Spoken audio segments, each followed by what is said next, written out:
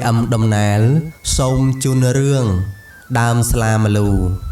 miền sạch đây đầm nà thá cá piu nà mọc hơi miền bom ôn propi nét nơi rùm sọc tục cho mùi khní bom đài khnych non ở bay lời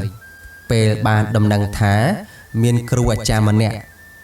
đài nô khôn nô cô cái bài nô chạy bong riêng sa là sạp xem xí bồ rót đang pi nè còn nộp nia trên pi lầm nữ từ xoay rột sạc xà sop sa là sạp đang nô bật ở bộ mặt đáy ban từ tua mô rana hiệp du nà mọc hơi bồ rót bóng ai dụ đập rầm bốn năm chấm nay ôn ai dụ đập rầm một năm bốn smooth tha sốt thà chấm nay ôn smooth tha sốt đà lục ban từ đó sầm nặng kêu cha nô hơi bồ rót cầm pria đèn pi nòm khnia ao lùm tôn sông sạ sài tờ riêng sâu tò tây cả bà ban khơi nhớ rực pia mày giết riệp xa nay bờ rót đằng pi nô hơi kêu cha có prom tờ tôi trên trăm thai ra xá prom tàng chui bồng riêng bị chia sập xa ra bơ tiệt phong nông rồi dạ cả pi năm còi màu kêu pi nết mờ kề già mày giết của mà tàng pi khơi thà pro san na cọt có sọc chất lơ con crom mông rồi bỏ cọt một thà niềng một ní đại tơ tại banอายุดับ5 năm tại bẩn nọ ประกอบដោយរូបឆោមឡោមពណ៌គួរឲ្យអ្នកផងចាប់ចិត្តរៀបសំគុំជាមួយនឹងចៅសុថាជាបរោះបងដែលជាក្មេងកំព្រាបានត្រាច់មកពីស្រុកឆ្ងាយហើយមកនៅជ្រកកោនរៀនសូត្រជាមួយគាត់នោះចាប់តាំងពីថ្ងៃដែលសុថាបានប្រពន្ធមកក្នុងចិត្តចេះតែពំសូវរីករាយចំពោះប្អូនសោះព្រោះគិតតែមានបំណងលុបលន់បុណ្យស័ក្តិចិត្តធំវាគិតថាក្នុងថ្ងៃណាមួយនឹងបានសម្រេចផលវិជ្ជានឹងបានជាមន្ត្រីមានកិត្តិយសធំ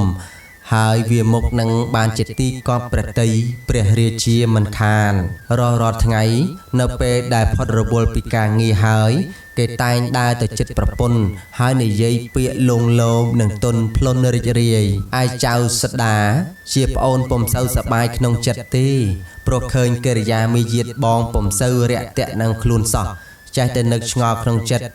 មួយទៀតព្រួយបារម្ភនឹងមុខរបរមិនដឹងមានការអ្វីធ្វើផងព្រួយនោះព្រួយមហាព្រួយយកព្រួយព្រឹកព្រួយល្ងាចងាកទៅបងគេមិនស្ដីនិយាយរោគងាកទៅរោគមុខរបរក៏គ្មានតើអាត្មាគួរងាកទៅណាបើចង្អៀតចិត្តខ្លាំងយ៉ាងនេះគិតសពគ្រប់ហើយសដាឃើញផ្លូវមួយគឺត្រូវកិច្ចខ្លួនចេញពីលំនៅដល់ចង្អៀតនេះព្រឹកមួយសុទ្ធថារៀបចំអីវ៉ាន់អីវ៉ែហើយដើរចេញពីផ្ទះនោះដោយឥតមាននរណាដឹងទេបានត្រាច់ទៅដល់មាត់ស្ទឹងមួយហើយអង្គុយយំយ៉ាងកំសត់នៅក្រោមដើមជ្រៃធំមួយដើមដោយនឹកអស់សង្ឃឹមមិនដឹងជាទៅពឹងពាក់អ្នកណាទេពេលយប់ក៏មកដល់សុទ្ធថាក៏ស្រស់ស្រូបអាហារបន្តិចបន្តួចហើយតម្រេតលក់នៅក្រោមដើមជ្រៃនោះទៅក្នុងពេលដែលសុទ្ធថាលក់មួយផាំងនៅស្រាប់តែឃើញមានមនុស្សម្នាក់មានយ៉ាងធំសម្បើមឈរច្រងាងដៃម្ខាងកាន់ដំបងយ៉ាងធំហើយស្រែកមករកខ្លួនថាណែអានេះមកពីណាបានជជុំមកបន្លំខ្លួនអញដោយគ្មានឲ្យទៀនធប់បូជាអញសោះព្រោះនរណាឲ្យតែមកទីនេះត្រូវតែគោរពបូជាអញសិដ្ឋាញាប់ញោក្នុងខ្លួនពន់ពេកណាស់ហើយក៏និយាយតបទៅលោកតាដោយអត់លន់តួដោយលន់តួថាអោលោកតាអើយសូមលោកតាមេត្តាអត់ទោសឲ្យខ្ញុំផងចុះព្រោះខ្ញុំកើតទុក្ខខ្លាំងណាស់ប្រសិនបើជាលោកម្ចាស់ជ្រាបរឿងនេះផងនោះមុខជានឹងជួយអាណិតខ្ញុំមិនខានពេលនោះលោកតាតបវិញថាទេអញមិនត្រូវការអាណិតឯងទេអញដឹងតែពីអ្នកណាមកចូលកន្លែងអញហើយមិនបន់ស្រន់បូជាអញត្រូវបំផ្លាញអ្នកនោះគ្មានត្រាប្រណីឡើយថាហើយអ្នកតាកំណាច់លើកដំបងចង្អុលទៅសុទ្ធថាមាត់សែបមុនគៀតថាជីបអូចបណ្ដាលឲ្យកំឡោះនោះคล้ายខ្លួនទៅជាថ្មសមួយទាំងស្អាតស្ថិតនៅត្រង់ទីនៅក្បែរនោះឯអ្នកតាចង្រៃក៏អន់ដល់ធានបាត់នៅក្នុងពេលនោះទៅនិយាយពីនាយសុទ្ធថានិយាយពីនាយសុដាជាបងកាលបែបបានដឹងថាប្អូនរត់ចេញទៅផ្ទះបាត់ដោយមិននឹកដល់ប្អូនពេកប្អូនរត់ចេញពីផ្ទះបាត់ទៅហើយក៏នឹកដល់ប្អូនពន់ពេកនឹកដល់គ្រាកំសត់កំរជាមួយគ្នាតាំងពីឪពុកម្ដាយស្លាប់ចោលរហូតដល់ខ្លួនបានប្រពន្ធនេះគិតសពគ្រប់ទៅនាយសុដាក៏លាប្រពន្ធ គិតសពគ្រប់ហើយនាយសត្ថាគិតសពគ្រប់ហើយនាយសត្ថាក៏លាប្រពន្ធនឹងឪពុកក្មេកធ្វើដំណើរទៅតាមរកប្អូនគាត់ខំដើររកគ្រប់ច្រឡហកព្រៃភ្នំក្រំថ្មនិងភូមិនានាតែមិនឃើញសោះសួរគេឯងក៏គេមិនឮដំណឹងដែរលុះដើរទៅបានដល់មាត់ស្ទឹងដែលមានដើមជ្រៃសាខាត្រឈឹងត្រឆៃដោះប្រក់នោះដោយការអស់កម្លាំងសូដាសម្រាកនៅក្រោមដើមជ្រៃអង្គុយផ្អែកនឹងដុំថ្មរលោងមួយដុំនៅក្បែរនោះលុះលក់មួយស្រវក់លុះលក់មួយផាំងទៅស្រាប់តែឃើញមនុស្សយ៉ាងធំម្នាក់លេចចេញខ្លួនមកគឺរូបអ្នកតាដដែលនោះនិយាយសំឡុតថាណែអាកំណាចឯងមកពីណាចូលមកទីនេះគ្មាននិយាយគួរសមនឹងអញសោះឮដូច្នេះសូដាញ័រខ្លួនប្រានអស់ហើយអង្វរលន់ទួថាសូមលោកមេត្តាខ្ញុំផងខ្ញុំបានជាជ្រុលចូលមកទីនេះហើយខ្ញុំសូមស្នាក់នៅទីនេះមួយយប់សិនចុះព្រោះខ្ញុំធ្វើដំណើរមកពីស្រុកឆ្ងាយដើម្បីស្វែងរកប្អូនតែមិនឃើញសោះបើលោកម្ចាស់បានប្រទះនឹងប្អូនខ្ញុំសូមទានមេត្តាប្រាប់ផងចុះទេអញគ្មានឃើញប្អូនអាណាទេអញត្រូវផ្ដន់ទានទោសឯងនៅក្នុងពេលនេះ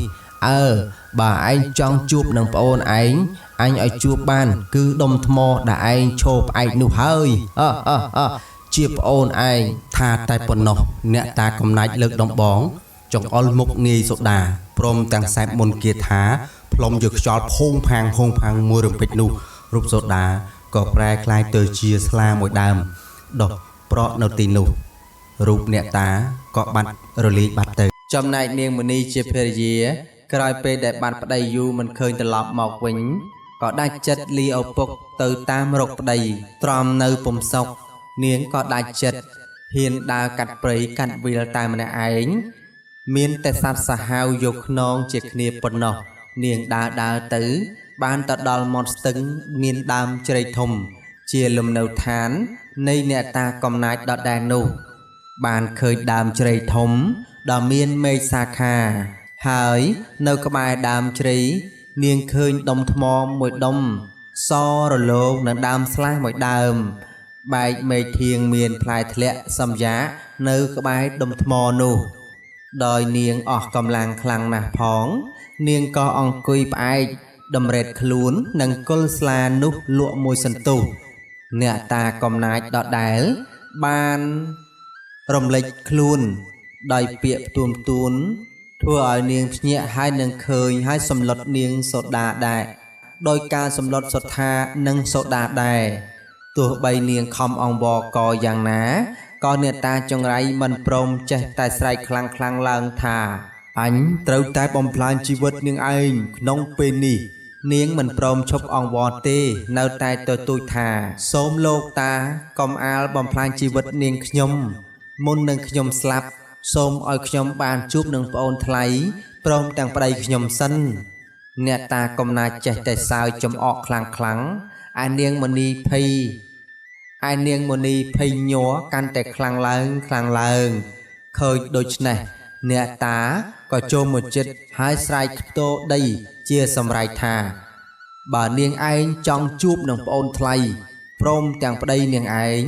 មិនអីទេអញឲ្យជួបបានហើយនាងឯងធ្លាប់ណែបណិតនឹងប្តីយ៉ាងណាអញនឹងឲ្យណែបណិតយ៉ាងនោះទៀតដើមស្លាដែលនាងអង្គុយផ្អែកនេះហើយជាប្តីនាង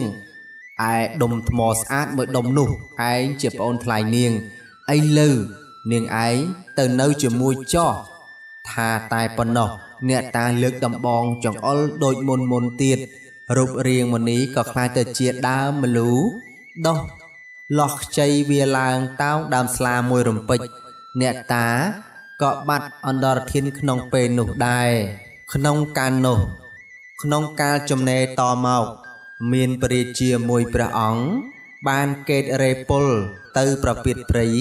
បានប្រទះនឹងដើមជ្រៃព្រមទាំងដុំថ្មសស្អាតនឹងដើមស្លាមលូដោះពពាក់ប្រព័ន្ធគ្នាដែលជាហេតុនាំឲ្យព្រះអង្គនឹកថ្លៃក្នុងប្រតិពុនពេកក៏សួររកអ្នកណាដឹងរឿងរ៉ាវវត្ថុទាំង3នេះមិនយូរប៉ុន្មានមានអ្នកដឹងរឿងរ៉ាវនេះ គឺពូអ្នកស្រុកចិត្តខាងនេះឯងដែលគេបានឃើញហេតុការណ៍ច្បាស់បានក្រាបទូលព្រះរាជាតាមដំណើរសពគ្រប់ព្រះអង្គក៏ទ្រង់ចាត់ឲ្យសេវកាមាត្រយកស្រាមកហើយបេះផ្លែស្លានិងស្លឹកម្លូទៅដាក់លើដុំថ្មនោះរួចចាក់ស្រាស្រោចពីលើវត្ថុទាំង3ក្នុងគ្រានោះវត្ថុទាំង3ក៏រលាយជាទឹកមានពណ៌ក្រហមដូចជាឈាមហូរធ្លាក់ចុះពីលើផ្ទៃធរណីព្រះរាជាទ្រង់តតនៅឧបទ្ទវហេតុនេះហើយទ្រង់ឆ្វែងយល់ថាអ្នកទាំង3នេះពីជាតិមុនស្រឡាញ់គ្នាណាស់បានជានៅជាតិនេះនៅតែរូបរួមធៀបគ្នាទៀតយ៉ាងនេះដោយព្រះអង្គចង់ទុកអនុស្សាវរីយ៍យ៉ាងប្លែកនេះឲ្យថិតថេរបានយូរអង្វែងទៅទ្រង់ក៏បញ្ញត្តិច្បាប់ឲ្យពួកអ្នកស្រុកយកវត្ថុទាំង3គឺម្លូស្លានិងស្រាសម្រាប់ធ្វើជាជ័យមង្គលក្នុងពេលរៀបបង្កក់កូនខ្ចីដែលទើបនឹងកើតក្នុងពេលរៀបអាពាហ៍ពិពាហ៍និងនៅក្នុងឱកាសបុណ្យខ្មោចមានអ្នកស្រុកខ្លះក៏យកដុំថ្មដុតធ្វើជាកំបោរហើយទទួលទានជាមួយនឹងម្លូស្លារហូតមកដល់សពថ្ងៃនេះឯដើមស្លាក៏តែងតែបាននៅជាការនិយមរបស់ម្លូគឺថាម្លូចូលចិត្តវាឡើងដើមស្លាជាងអ្វីទាំងអស់នេះក៏ដោយសារតែអ្នកទាំងពីរជាប្តីជាប្រពន្ធស្មោះស្ម័គ្រស្មោះត្រង់ក្នុងរឿងព្រេងនេះដោយនៅក្នុងរឿងព្រេងនេះអញ្ចឹងមានចម្រឿងនេះចប់ដោយបរិបូរណ៍